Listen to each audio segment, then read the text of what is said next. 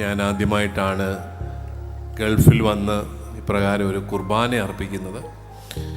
നല്ല വെയിലത്താണെങ്കിലും കുർബാന അർപ്പിക്കാൻ സാധിച്ചു. വന്നപ്പോൾ ഞങ്ങളുടെ പിള്ളേരെ മലയാളം പഠിപ്പിച്ചില്ല. പിള്ളേരെല്ലാം സായിപ്പന്മാരായിക്കോട്ടെ എന്ന് ഞങ്ങൾ വിചാരിച്ചു. മലയാളം പഠിപ്പിച്ചില്ല. അവരെല്ലാം ഇംഗ്ലീഷ് പറയുന്നത് ഞങ്ങൾക്ക് ഭയങ്കര സന്തോഷമായിരുന്നു. നമ്മുടെ നാട്ടിൽ ബിസിനസ് ചെയ്യുന്ന കത്തോലിക്കനെ കാണാനില്ല. കത്തോലിക്കരൊന്നും ബിസിനസ് ചെയ്യുന്നില്ല, അവരെല്ലാം പോയി. ഒരു കാലത്ത് ഏറ്റവും വലിയ ബിസിനസ്സുകാര് നമ്മളായിരുന്നു. നാട്ടിലെ വഴക്കെല്ലാം ദുബായിലോട്ട് പറിച്ചു നട്ടിട്ടേ ഉള്ളൂ. നമ്മുടെ ഒരു ക്രിസ്ത്യൻ ഏരിയകളിലൊക്കെ ജോലി ചെയ്യാൻ പോലീസുകാർക്ക് പോലും സന്തോഷമാണ് എന്ന് കേട്ടിട്ടുണ്ട്. പക്ഷെ ഇപ്പം അങ്ങോട്ട് ഏരിയ ഇല്ല. നിങ്ങളെല്ലാം ഇങ്ങി പോകുന്നതുകൊണ്ട് ക്രിസ്ത്യൻ ഏരിയ ഒന്നും നാട്ടിലില്ല. നിങ്ങളുടെയൊക്കെ ദൈവങ്ങൾ ശരിക്കും പറഞ്ഞാൽ കർത്താവ് ഈശോമിശിഹായൊന്നും അല്ല എന്ന് എനിക്ക് തോന്നിയിട്ടുണ്ട്. നിങ്ങളുടെയൊക്കെ ദൈവങ്ങൾ നിങ്ങളുടെ പിള്ളേരാ. അയ്യോ, അവർ പറയുന്നിടത്താണ് നിങ്ങളൊക്കെ നിൽക്കുന്നത്. 2000 വർഷമായി നമ്മുടെ നാട്ടിൽ സുവിശേഷം വന്നിട്ട്, പക്ഷേ സൺഡേ കാറ്റക്കിസം റെഗുലറായിട്ട് തുടങ്ങിയിട്ട് 75-80 വർഷങ്ങളെ ആയിട്ടുള്ളൂ. വേദപാഠ പുസ്തകമൊക്കെ തുടങ്ങിയിട്ട് അത്രയും വർഷങ്ങൾ പോലും ആയിട്ടില്ല. ഇത്രയും ധ്യാന കേന്ദ്രങ്ങൾ, ഇത്രയും പള്ളികൾ, ഇത്രയും അച്ഛന്മാർ, ഇത്രയും കന്യാസ്ത്രീകൾ, ഇതൊക്കെ കഴിഞ്ഞ 50 വർഷം ഉണ്ടായത്. ഇതിനു മുമ്പ് ഇതൊന്നും ഇല്ല. പഴയ പള്ളികൾ നിങ്ങൾ ശ്രദ്ധിച്ചിട്ടുണ്ടോ? കുഞ്ഞു പള്ളികളാ. പഴയ പള്ളികളെല്ലാം കുഞ്ഞു പള്ളികളാ. പക്ഷെ അന്നത്തെ നമ്മുടെ കാർന്നവന്മാരുടെ വിശ്വാസം, മലമ്പനിയോടും കാട്ടുപന്നിയോടും പൊരുതി പൊന്നുവിളയച്ച മനുഷ്യരാണ് നമ്മുടെ സുറിയാനി കത്തോലിക്കര്. കുട്ടനാട്ടിലെ കായല് നികത്തി കൃഷി ചെയ്ത പാർട്ടികളാണ്. ഞാനിങ്ങനെ വണ്ടടിക്കാറുണ്ട്. പുതിയ വഴികൾ വെട്ടിത്തുറക്കാൻ ധൈര്യമുള്ള ആൾക്കാരായിരുന്നു. മാർത്താണ്ഡവർമ്മ രാജാവിന് പണം കടം കൊടുക്കാനും മാത്രം ആസ്തിയുണ്ടായിരുന്ന തച്ചിൽ മാത്തുത്തരകന്റെ പാർട്ടികളാണ് നമ്മള്. പക്ഷെ നമ്മുടെ ഇന്നത്തെ ജനറേഷന് ധൈര്യമുണ്ടോ? ഒരു മത്സര പരീക്ഷ എഴുതാൻ പോലും ധൈര്യമില്ലാത്ത കുറേ പാർട്ടികളെ നിങ്ങളെല്ലാവരും കൂടെ കൂടി വളർത്തി വിടുന്നുണ്ട്. ഈ സീറോ മലബാർ ഡേയിൽ നിങ്ങളോടൊപ്പം ഇവിടെ ആയിരിക്കാൻ സാധിക്കുന്നതിൽ എനിക്ക് ഒത്തിരിയേറെ സന്തോഷമുണ്ട്. ഞാൻ ആദ്യമായിട്ടാണ് ഗൾഫിൽ വന്ന് ഇപ്രകാരം ഒരു കുർബാന അർപ്പിക്കുന്നത്. നല്ല വെയിലത്താണെങ്കിലും കുർബാന അർപ്പിക്കാൻ സാധിച്ചു. അത് വലിയ സന്തോഷമായിട്ടിരിക്കുന്നു.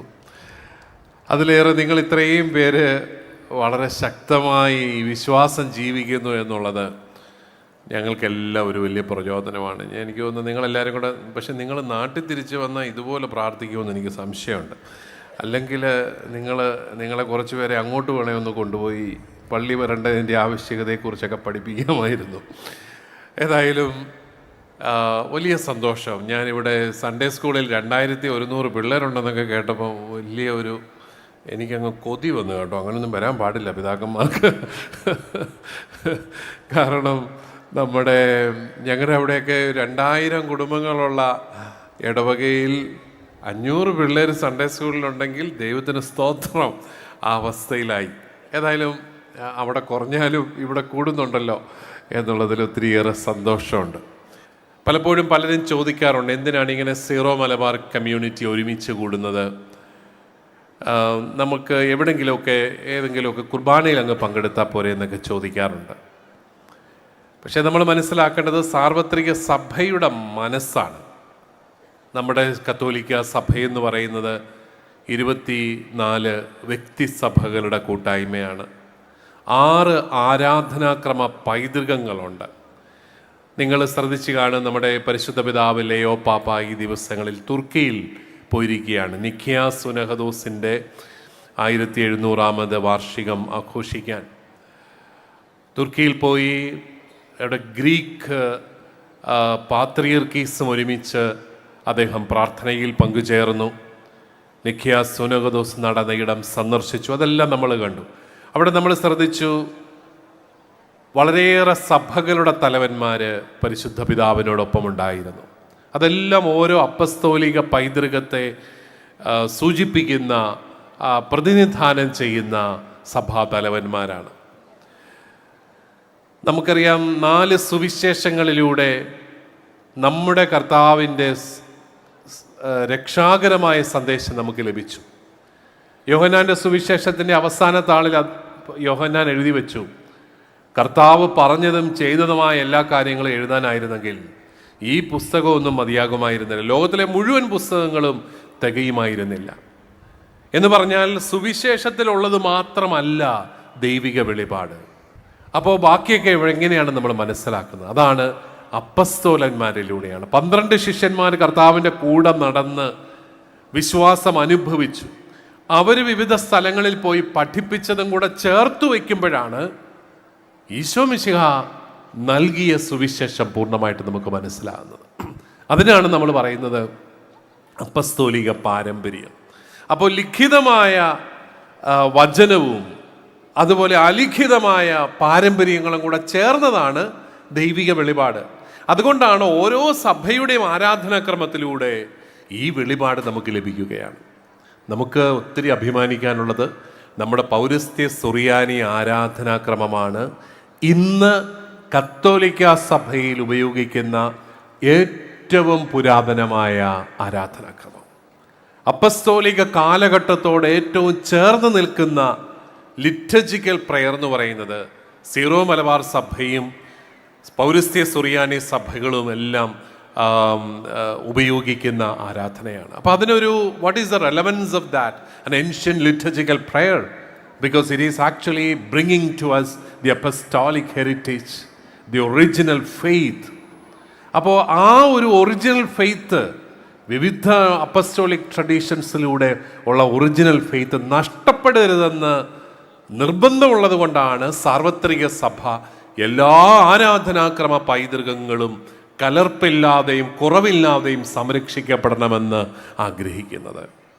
അപ്പം നമ്മുടെ ഈ ആരാധനാക്രമവും അതിലൂടെ കൈമാറപ്പെടുന്ന ഒരു ഡെപ്പോസിറ്റ് ഓഫ് ഫെയ്ത്ത് അതൊരിക്കൽ നഷ്ടപ്പെടാനായിട്ട് പാടില്ല. അതുകൊണ്ടാണ് നമ്മളത് അതിൻ്റെ തികവിൽ പരികർമ്മം ചെയ്യണം എന്ന് പറയുന്നു. അപ്പോൾ we are actually living a gospel. When we are actually celebrating this liturgy, we are living a gospel transmitted through Saint Thomas the apostle.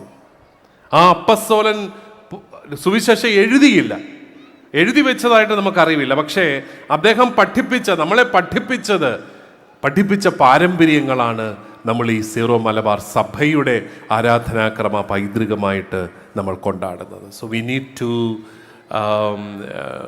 Treasure that heritage. അതുകൊണ്ടാണ് വിവിധ സഭകൾ ആ സഭകളുടെ തനിമ സംരക്ഷിക്കണമെന്ന് പറയുന്നത്. ഞാനൊരിക്കൽ അമേരിക്കയിൽ നമ്മുടെ പ്രവാസി സമൂഹങ്ങൾക്ക് ധ്യാനം നയിക്കാനായിട്ട് പോയി. ധ്യാനം കഴിഞ്ഞപ്പോൾ നല്ല പ്രായമുള്ള ഒരു അമ്മ എന്നെ കാണാനായിട്ട് വന്നു. എന്നിട്ട് പറഞ്ഞു, പിതാവേ, ഞങ്ങൾ അമേരിക്കയിൽ ആദ്യകാലത്ത് വന്നതാണ്. വന്നപ്പോൾ ഞങ്ങളുടെ പിള്ളേരെ മലയാളം പഠിപ്പിച്ചില്ല. പിള്ളേരെല്ലാം സായിപ്പന്മാരായിക്കോട്ടെ എന്ന് ഞങ്ങൾ വിചാരിച്ചു. മലയാളം പഠിപ്പിച്ചില്ല. അവരെല്ലാം ഇംഗ്ലീഷ് പറയുന്നത് ഞങ്ങൾക്ക് ഭയങ്കര സന്തോഷമായിരുന്നു. സീറോ മലബാർ പള്ളി ഇവിടെ ഇല്ലായിരുന്നു. ഉണ്ടെങ്കിൽ തന്നെ ഞങ്ങൾക്ക് വിടാൻ പദ്ധതിയില്ലായിരുന്നു. അതുകൊണ്ട് സംഭവിച്ചത് ഞങ്ങളുടെ കുട്ടികളൊക്കെ വിശ്വാസത്തിൽ നിന്നെല്ലാം അകന്നുപോയി. ഞങ്ങൾക്ക് അവരെ ഒന്നും കിട്ടിയില്ല. എന്നിട്ട് അവർ പറഞ്ഞു, ഇപ്പോഴത്തെ സീറോ മലബാർ പള്ളിയുണ്ട്, ഈ ആൾക്കാരെല്ലാം വരുമ്പോൾ എനിക്കൊരു നഷ്ടബോധമാണ്, ഞങ്ങൾക്കിതൊന്നും ഇല്ലായിരുന്നല്ലോ. അപ്പോൾ നമ്മുടെ വേദപാഠം പഠിക്കുന്നു, നമ്മുടെ ആ ലിറ്റർജിക്കൽ ഹെറിറ്റേജിൽ തന്നെ കുഞ്ഞുങ്ങൾ വളരുന്നു.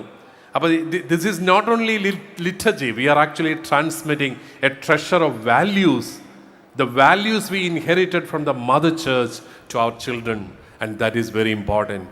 അതുകൊണ്ട് അവർ വലിയൊരു ആശ്വാസമായിട്ട് അത് പറയുകയായിരുന്നു. നിങ്ങൾ പ്രവാസി രൂപതകളിലൊക്കെ പോയാൽ, അമേരിക്ക പോലുള്ള ഷിക്കാഗോ രൂപതയിലും ഗ്രേറ്റ് ബ്രിട്ടൻ രൂപതയിലും ഓസ്ട്രേലിയ മെൽബൺ രൂപതയിലും ഒക്കെ പോയാൽ ആവേശപൂർവ്വം പള്ളികൾ പണിയുന്ന, പള്ളികൾക്കായിട്ട് ഒത്തിരി സമയവും കഴിവുകളും ചെലവഴിക്കുന്ന അൽമായരെ കാണാൻ സാധിക്കും. അവർ വലിയ താല്പര്യപൂർവ്വം വേദപാഠം പഠിപ്പിക്കുന്നു. അവിടെ മലയാളം പഠിപ്പിക്കുന്ന മാതാപിതാക്കളെ കാണാൻ സാധിക്കും. സൺഡേ സ്കൂളിനോട് ചേർന്ന് മലയാളം സ്കൂള്, മാർഗംകളി പഠിപ്പിക്കുന്നു, അതുപോലെ സുറിയാനി പഠിപ്പിക്കുന്നു. എന്തിനാണ്? not to lose touch with the original tradition and heritage, because that is not simply a bunch of rituals, but it is a deposit of faith that they are trying to transmit.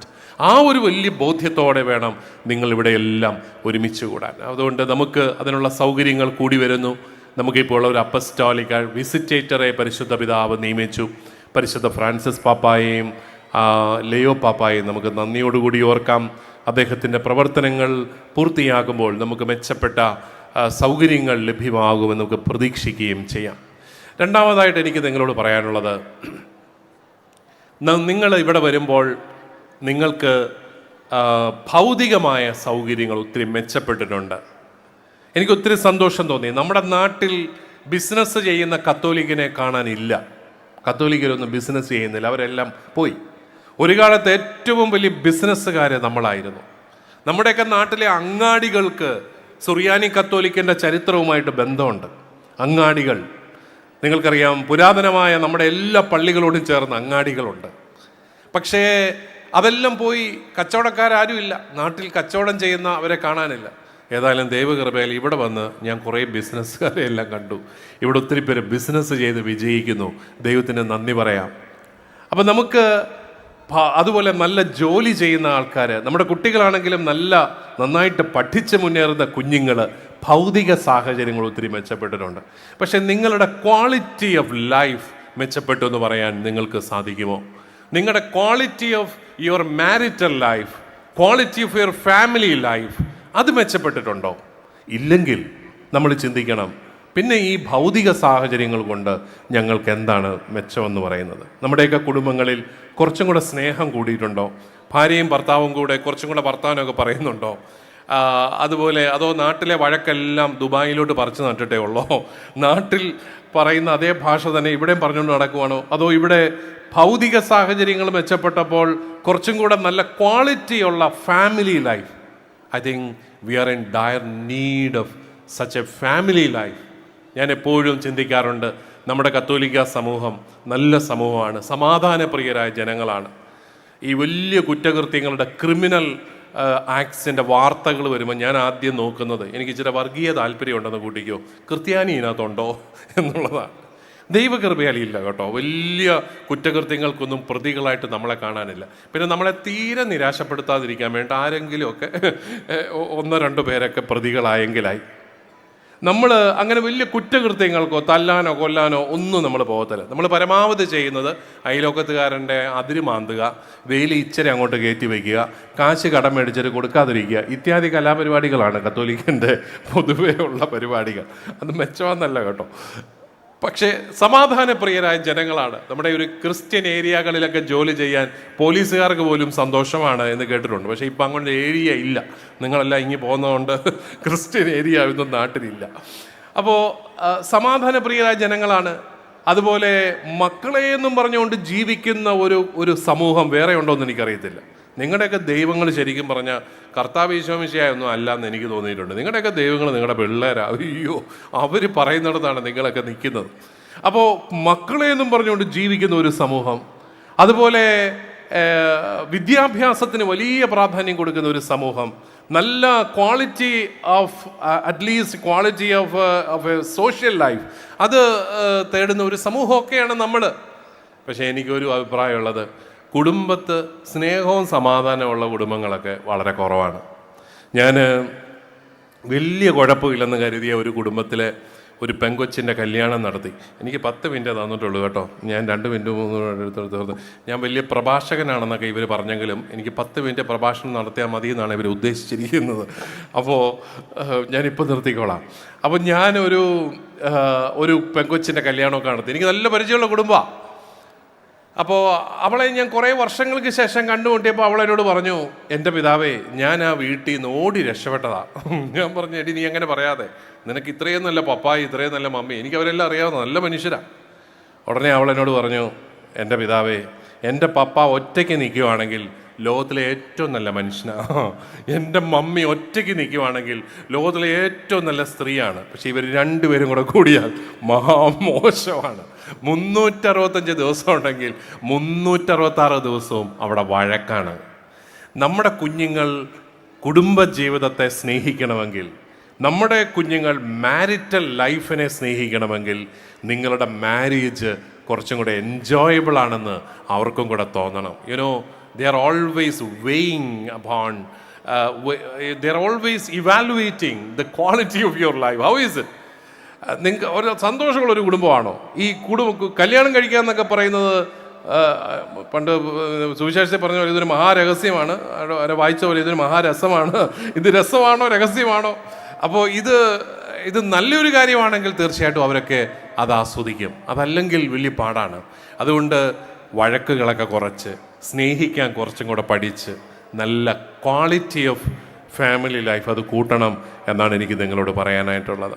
അതോടൊപ്പം അവസാനമായിട്ട് എനിക്ക് നിങ്ങളോട് പറയാനുള്ളത്, നമ്മുടെ കുട്ടികൾക്കൊക്കെ നിങ്ങൾ പരിശീലനം കൊടുക്കുമ്പം നല്ല ധൈര്യമുള്ള കുഞ്ഞുങ്ങളെ വളർത്തിയെടുക്കാനായിട്ട് നോക്കണം.